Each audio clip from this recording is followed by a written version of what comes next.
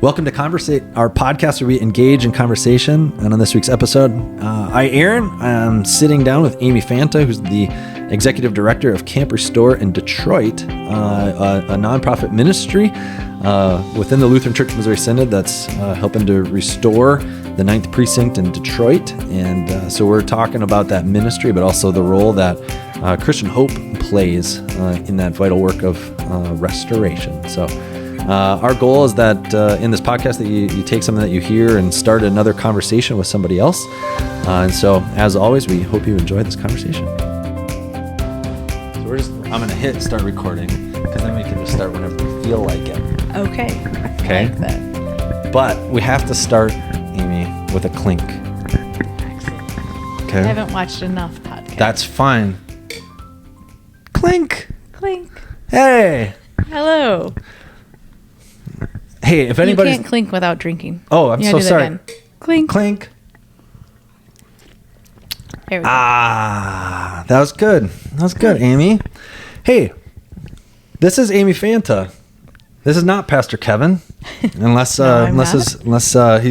does have a good falsetto voice. Nice. Have you ever heard him do karaoke? I have not. Holy smokes! Really? Yeah. All right. Well, different. Now that Nathaniel knows, yeah, Nathaniel's I'm sure I'll find out. Is he into karaoke? Well, he's into Pastor Kevin. Okay. So. Wow. Well, we'll have to get some videos out for him. So, anyways, to anybody that's listening or watching, this is Amy Fanta, and Amy is executive director of Camp Restore in Detroit. But Amy, I don't want to steal all your thunder, but Amy and her family just recently moved to the Houghton area, joined our church, but still working in Detroit. So Yep. We're going to have a little conversation today about Camp Restore, let her share some of what's going on there, but also in light of kind of wrapping up this sermon series that we've been doing called Surprised by Hope, and how Jesus is our hope and he's our living hope. And so, as we have this conversation, you'll have the opportunity to hear Amy talk about how hope plays a vital role in restoring lives of broken people, right? And broken communities. And so, hey, that without further ado, Amy, why don't you maybe just a little biographical sketch of yourself and your family? Biographical sketch. Is that a big word. Tell us a little bit about you and your family. Oh, there we go. That I can do. All right. In picture form, you can sketch it if you want. That'd be a little scary. All right. I'll use words. Okay, sounds good. Let's see. My family. Well, myself and my husband, Joe. So, Joe, now I can't even think. I promise I know about my family. You do have a husband, right? He's do. not an enigma? No. I've met him. He seemed like a real guy. He is a real guy, but we travel so much. People never really know where we're going and what we're doing. Yeah. I have my husband, Joe, Yep. and 3 kids. We have Nathaniel, who's going into 6th grade. Mm-hmm. Zechariah going into 4th grade. Annalise going into 1st grade. She's 6 and a half. Don't call her 6. Do not forget that. No, it's very important. Yes. I also have a 6-year-old. She's not 6 and a half yet, though. Oh. Just regular 6. Regular 6. Yep. Don't worry, very soon. And then you can't leave off the half. Right. I am very well aware. Yes. My grandpa was that way, though, about their anniversary, too. They Really? were married 71 and a half years. Holy smokes. Yeah. That's cute. That is. Yeah. They dated 2 weeks. Really? Yep. Wow. Anyway. That's the good old-fashioned way. It is. Just make a commitment, get after it, right? That's right. All right. Anyway, and we have our dog, Maggie. Which is often we call her Maggie the dog. Yeah. Because we have adopted Maggie the college student from Saints Peter and Paul here. Yeah. So she's Maggie the human. All right. Maggie the human and Maggie the dog. That's right. Awesome. And then can you tell us a little bit about Camp Restore? So Camp Restore Detroit is, would that be like the second satellite or second kind of Camp Restore in the United States? It was. Okay. So kind of. Yeah. So there's Camp Restore New Orleans, which started right after Hurricane Katrina, right? Okay. A whole bunch of people went down to help after the hurricane, but they didn't have a place to stay. They didn't have food. They didn't know who to serve. So a church opened their doors, said, we'll house you, we'll feed you, we'll send you out to people who need service. And from there, Camp Restore New Orleans was born. All right. Shortly after that, Camp Restore Baton Rouge, actually. Oh, there's a Baton Rouge? Well, there was. Oh, there was. Okay. For about 2 years. Okay. So they were open for about 2 years. And then in 2016, the end of 2016, they had so many volunteers coming to Camp Restore New Orleans that they said instead of turning volunteers away because they were out of beds regularly, they decided to open another location. So Redeemer Birmingham, which is a church in the suburbs of Detroit, had been asking them to open one. And then Kurt was working on he was a Kellogg, he'd received a scholarship or something through Kellogg to start something. And so he was in a class with a community leader from our neighborhood who said, well, why don't you check out Detroit? Okay. And so he came and interviewed all of the LCMS churches in Detroit. Okay. And they all said no, except for one. Huh. And that's how we ended up in the 9th Precinct at Mount Calvary Lutheran Church, because that's the church that said yes. Okay. I don't know a lot about Detroit, other than I know, generically speaking, historically, Detroit at one point was booming. You know, it was the mecca of car building and the auto industry, and a lot of wealth and prosperity. And then at some point, a lot of that closed down. What years would the kind of like collapse have been happening? I think it was a slow roll, really. It was a slow roll, because you're right. I mean, we make sure we tell everybody that comes in, like, what you see is not what this always was. So the 9th precinct would have been a prosperous neighborhood? Absolutely. Oh, okay. I know so many people that come and describe the neighborhood to me, that they grew up there. They used to just run around on the streets. They used to go 5 blocks down to their friend's house to play. Okay. Kids were outside riding their bikes. It was just a really great place to live. It was kind of like it would have been suburbs, or is it? It was almost like a suburb, because it's right on the edge, right? the edge. Okay. Yep. And so a few things started happening. One, the city started going broke. And when the city started going broke, they pulled all their resources to city center. Oh, okay. So we were the first to lose resources because we were right on that edge there. But we were able to hold our own, because there was an ordinance that said anybody who worked for the city, EMS, police, politicians, had to live within the parameters of the city.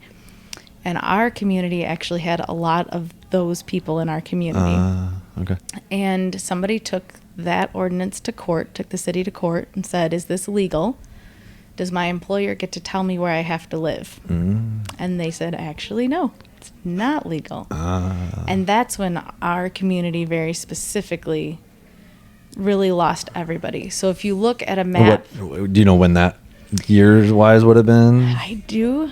Yeah. I think it was that's even specifically, they said like 80s, I think it was 90s? late 90s. Okay. Because if you look at a map of Detroit, really starting with the riots of the 60s, okay, Detroit started declining. Okay. But our neighborhood really held their own. And so when you look at that, you're like, well, why? Why did that neighborhood hold their own for so long? And it was because of that ordinance. Okay. And once that changed, that was the end. Gotcha. So at this point, we're between 13 and 25% populated, depending on what year you start counting and how much you take into account geographically.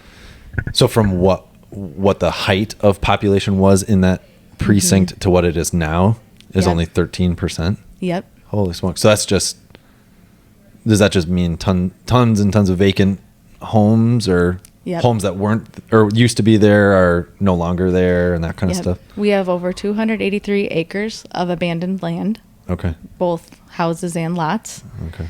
And that's just in our neighborhood. In the city of Detroit, the land bank owns, I think at this point, it's 15,000 houses.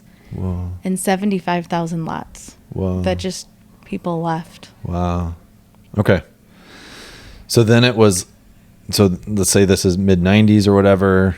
Camp Restore Detroit comes in, like 6 years ago?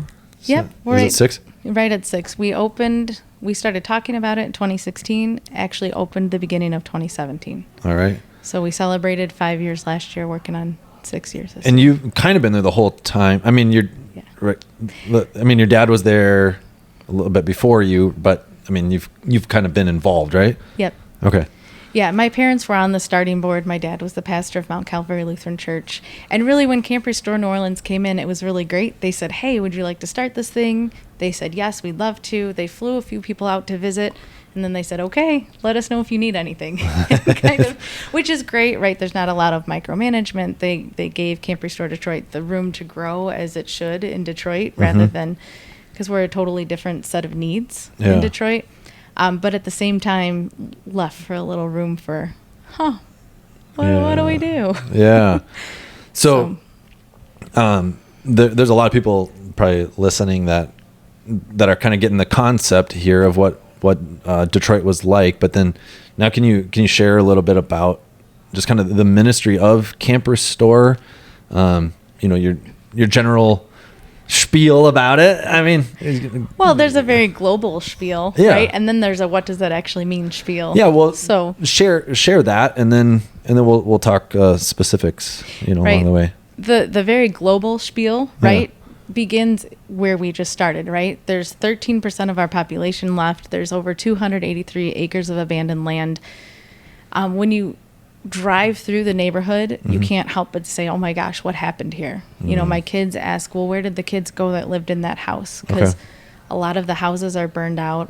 You could just tell it's been left. They ask, well, what happened to the kids' toys? Where did they go? What's happening? And so as you drive in, that's really what you wonder. And some people start with that assumption that that's all there is there.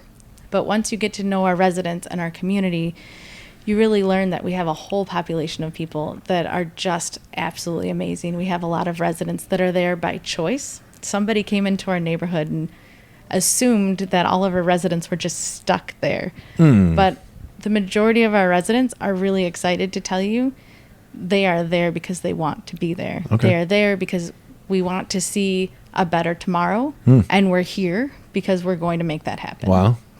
Which is really awesome. Yeah. And once you start to get to know the people in our community, you can't help but fall in love and really know that you're in a really beautiful and wonderful community. So the problem is, though, with 13% of our population and 283 acres of abandoned land, it very quickly becomes overwhelming. Yeah. It can lead to hopelessness. It can lead to some despair. You look out your window every day and you don't see your nice neighbor's house across the street. You see something that's burned out. You see it completely overgrown, and you see so much more than you can even possibly hope to take care of by yourself. Oh, of course. So what we do, a lot of times I give the Frozen 2 example, but I'll spare you. I never made it through Frozen 2. I've been through Frozen 1, but... I can help you out. No, you're good. I'm good. But basically, we come alongside our neighbors and our community leaders, and we say, we're here, how can we help? God has not forgotten you, and neither have we. We are here, how can we help? And so a lot of times when I get to the actual what do we do part, it feels like we're all over the place. But that's because we come alongside our neighbors and say, we are here, how can we help? And that doesn't look the same for every neighbor. Right? So go ahead. No, I was just going to say, but the we of Camp Restore is, I mean, it's you and a little bit of staff, but it's also, I mean, it is a camp, it's right? All of us. Yeah. So there's on a weekly basis it's mostly in the summer, right? Where you have, we're trying to make it year round. Okay. Yeah. But you have groups come and stay. Yeah. And then work on projects and meet neighbors and that kind of stuff. Yep. Well, that gets into the actual, what does that mean? Okay. How does that look? Right. So first of all, to define the we includes you. Yeah. The we includes all the members of Saints Peter and Paul. Saints Peter and Paul sends us Concordia, student ministries, volunteers. St. Peter's and Paul has helped us financially, and really has prayed for us and really helped guide some of the direction of where we're going, which is really awesome. So it really takes a village, and that looks different for every person that's supporting, working with, and in a relationship with Camp Restore. But what do? We serve in three ways. We do ministry in three ways. The first is what we were intended to do. We have dorms. We have 93 beds. We bring in volunteers from across the United States, and those volunteers come in and they serve our community on any project that the community has designed, planned, and led. So we don't come in and say, this is what needs to happen. This is what we're going to do. We come in and, again, say, we are here. How can we help? And so our residents fill out we call it an application, but it's not really, but a form. Okay. This is what we need. This is the tools it will take. Yes, I have the materials because we don't provide materials. Okay. The residents provide that. And this is the impact that this project will have. Okay. And so then we send volunteers out into those community-led service projects. It's been really awesome. This is the first summer we've really felt back since COVID. Oh, I can only imagine. Yeah. Yeah, it's been a really awesome summer. Okay. Cool. So we do that. But as we did that, as we formed relationships in our community, with so much abandoned land, there's a real fear of who's going to come in and take those lots, right? Who's going to come in and buy those? What's going to happen to those? And are they going to have the people of our community in mind when they do that? And so our community actually asked us to start purchasing lots. So we did, and that's been interesting. Yeah. It's really awesome. We're really excited about it, but our response was, we'll buy it, but somebody has to tell us how it's to be used. So our goal at this point is about 1.5 blocks of property. And that's all like contiguous to the dorms. Yeah. Okay. Yep, contiguous to the church. So within that, we have 3 houses. Okay. One is almost so close to ready to open. It's almost open. The Children's Technology and Education Center. Okay. Then a community technology and education center. In the basement will be a maker space with 3D printers and computers and drones and things that can either just simply provide a hobby or can lead to a vocation. Nice. Yep. How many, just to interrupt, how many, like, age demographic wise in your community, does it run the gamut from like elderly to young families and stuff? Yeah. Yeah, it really does. We have a lot of seniors. Okay. So we try across the street. We're working on a fitness trail and a pavilion because a lot of our seniors are very isolated. Oh yeah. When you take away the investment in a community, you stop maintaining it, right? It's not, so the police stop coming, the fire department stops coming, garbage is hard to pick up, and you stop maintaining your streets and your sidewalks and your parks. So a lot of our sidewalks are cracked and tree roots are growing under them, and it's not as simple as, well, go for a walk around your block, right? You just can't. So we're doing a lot for our seniors, and then we're working on activities for our children. The reading level in Detroit is extremely low. Okay. And so we're working on raising the reading level, working on expanding the possibilities. Okay.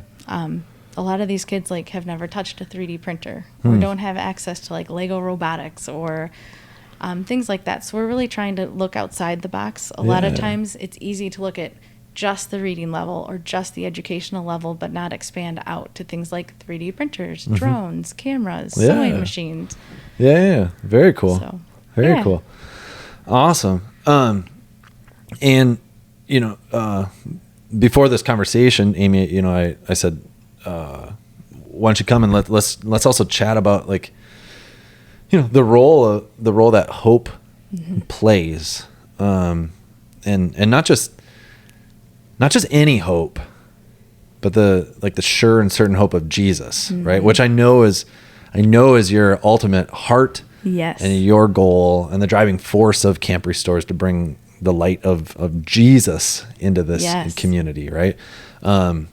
And we know that Jesus works through all of those things, right? And where his people are, he is. And so I guess how have you seen hope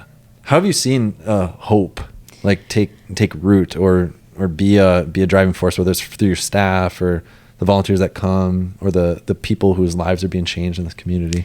Right. First, you said, we want to bring the light of Jesus, right? Yeah. And so the first thing, it's been really awesome. I've had some moments where I've stopped and said, how does removing blight bring Jesus in, right? And we know we're being the hands and feet of Jesus, and we talk about that all the time, and we're working really hard to follow his lead. But it was really amazing. After a conversation with you this year, actually, I sat down and talked to some of our community members, what are we doing? How are we intentionally sharing God's love here beyond our actions? And it really turned out that the 5 years of relationship building was really phenomenal. And everybody says, when you go out of the country to do missionary work, you first have to spend several years working on that relationship. Oh, absolutely. And it was really cool to just see that in action, because immediately it wasn't a hard conversation. Immediately people came to the table and said, we're looking for a church. We're looking for a Christian community. We want to be a part of this. We want a Christian home. Wow. So what can we do together Wow. to do that? And it was really, I mean, it's community driven and community led. Yeah. So we're working slowly but surely on, we'll have a prayer service in August. Awesome. Yep. And we have a really beautiful amphitheater that a church built for us that we're going to have Christian speakers and Christian concerts. Oh, and sweet. it's just so cool, because now that's a community driven, based on the relationships that we've built. Our community wants Camp Restore to take a lead in building that and being a witness. Praise God. In a different way than we already have been to our community. Yeah. So that's really awesome. That is awesome. I mean, like, yeah, I'm a firm believer in relational discipleship. I mean, and relational evangelism. You know, I mean, I think a lot of times people hear evangelism, or like, you know, they hear, I know I'm supposed to share Jesus with people. Right. And everybody automatically thinks like that means the random person on the street, you know, or the one-off like thing. I bump into somebody at Walmart and now I need to like convince them that Jesus is real and lead them to a salvation while we're standing in line. And it's like, I mean, those times opportunities come all the time to share Jesus, but really I think the most, the beneficial way that we have, or the most like efficient way, the place that God has called us to make his name known is in the place that we are with the people that we are. And so like you don't have to go out of your way to find people to share Jesus with. Like God is already putting them around you in the relationships that you naturally have in your workplace and in your neighborhood and in your school and all those things. And so yeah, a huge fan of like just building relationships with people. And as that happens, you know, Jesus lives in us and through us, and therefore we shine the light of Jesus wherever we are, right? And we are those. We become ambassadors of hope, and actually like people of hope, people of, and you could say people of peace even. And I think that's recognizable. Yes, it ought to be. We had a guy stop by our campus the other day who's not a Christian. Okay. And there was a police officer who's also not a Christian that happened to be on our campus. And they greeted one another. And the guy who's always on our campus, well, they're both always there, but the first one was so funny. He's like, these people are always telling me about Jesus.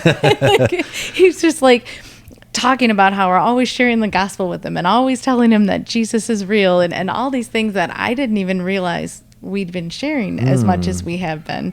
And it was just, he was kind of trying to give us a hard time, but I took it as quite the compliment. So yeah, well, it's evident, right? Yeah.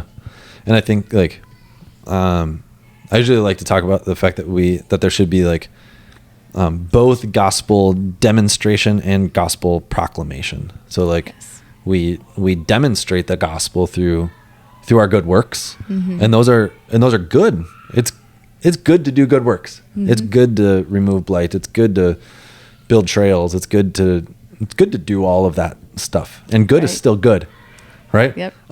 But also gospel proclamation. Like, you know, as Christian people, we also need to find places to do that. So to demonstrate the good of the gospel in the way that we tend to people, but also still to proclaim it. Yes. Yep. Right. And that's what I'm seeing. You know, when we first said we're going to do this thing, right? People listened to us and people wanted to be part of what we were doing, but it was a slow roll, right? And as soon as we got the siding up on that one blue house, there's this house that was the children's house, was very abandoned. I mean, you look at it, you could see the sky through the roof. I could go on all day explaining how awful this house was. And as soon as the windows, the doors, and the siding went on, people came out of the woodwork, because all of a sudden they believed us. It wasn't, I'm going to do this thing, but it was, you did this thing, and now we believe you. Now we have authentic relationship with you. And it was like we needed to gain that footing before we could proclaim anything. And so it's just been really amazing to see. Yeah. Very cool.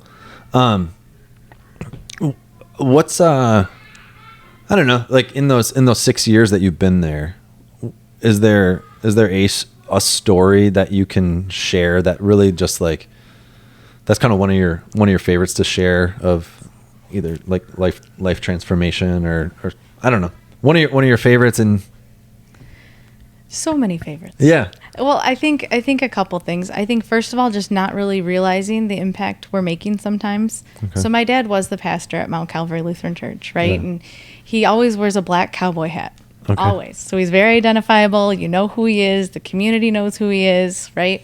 Always stood on the corner just waving, come to church, come to church.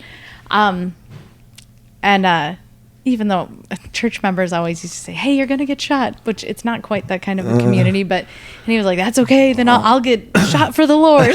Okay. You know?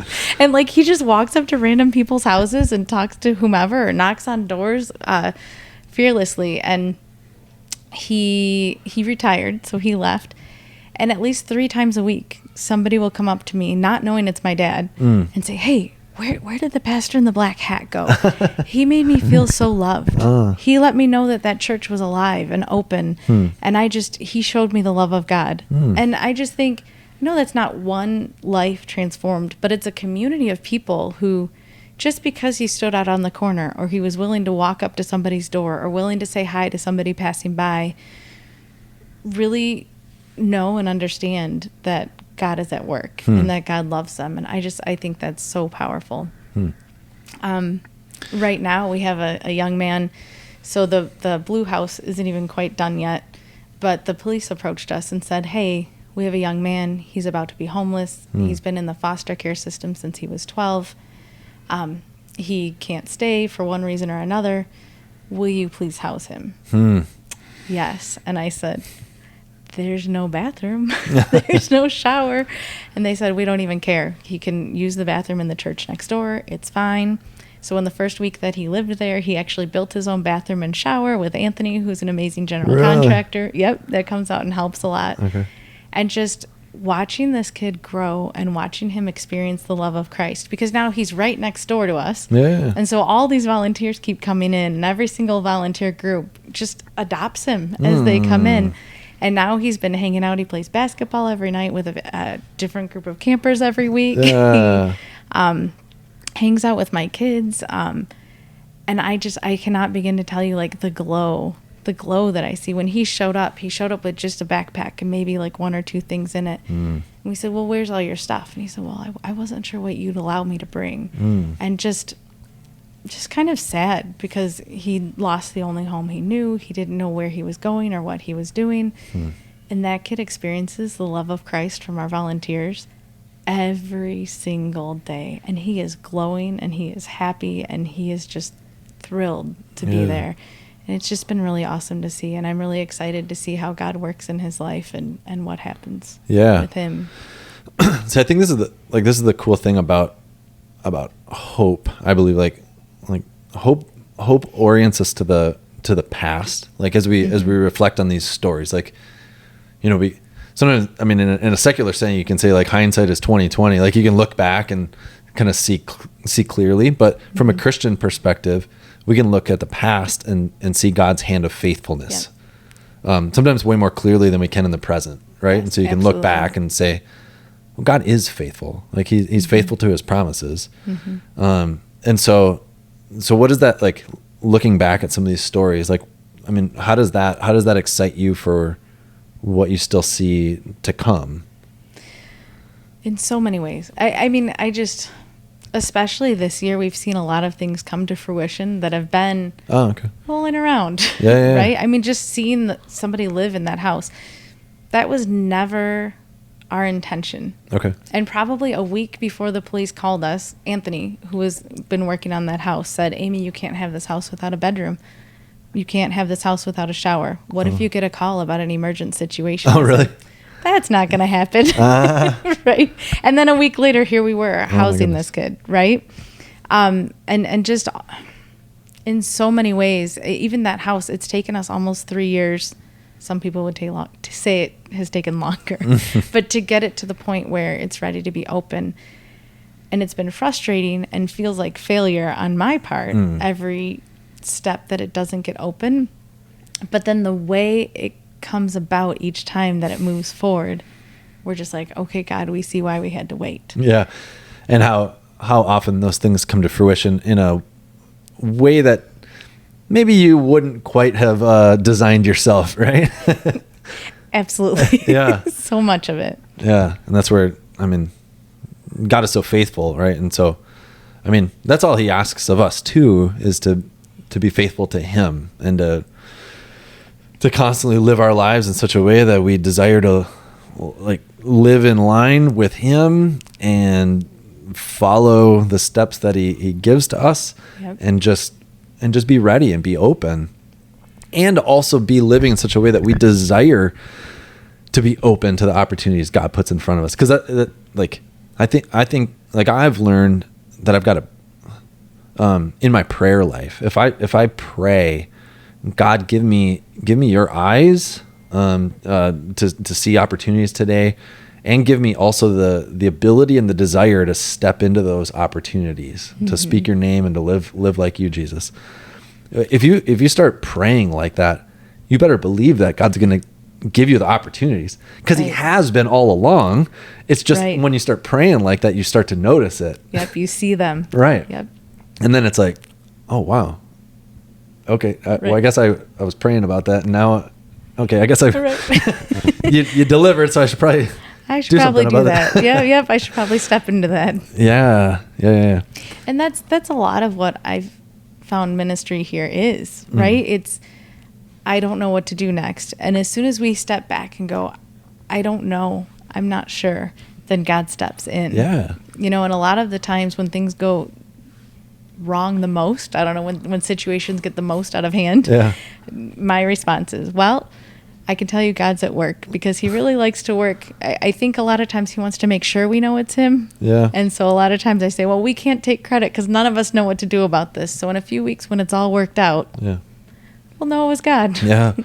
Well, I mean, that's leading through humility and also your own like spiritual brokenness, and beginning at the foot of the cross and beginning with this, hey,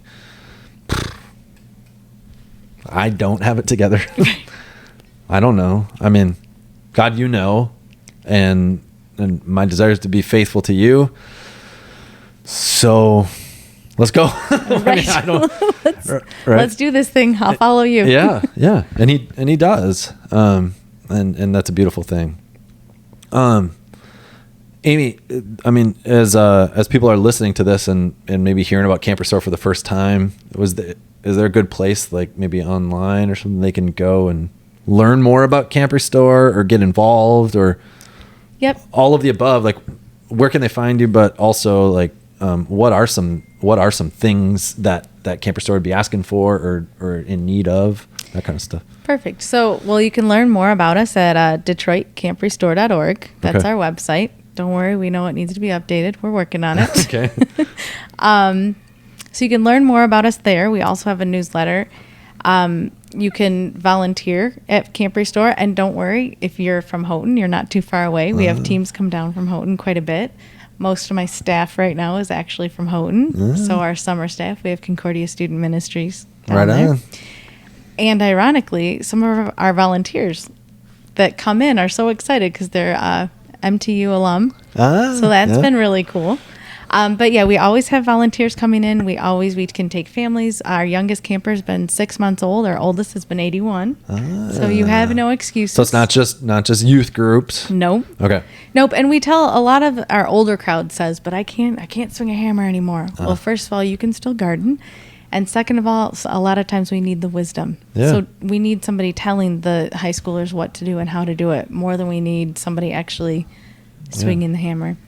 And also I would imagine a lot of times on those service project things too, you also need people out there just building relationships, right? Yes, just talking to our community and taking the moment, right? We like to be busy. We like to see the before and the after picture, but more important is that relationship, the time spent with our community, learning our community residents' stories and who they are and where they're coming from and sharing God's love. And absolutely.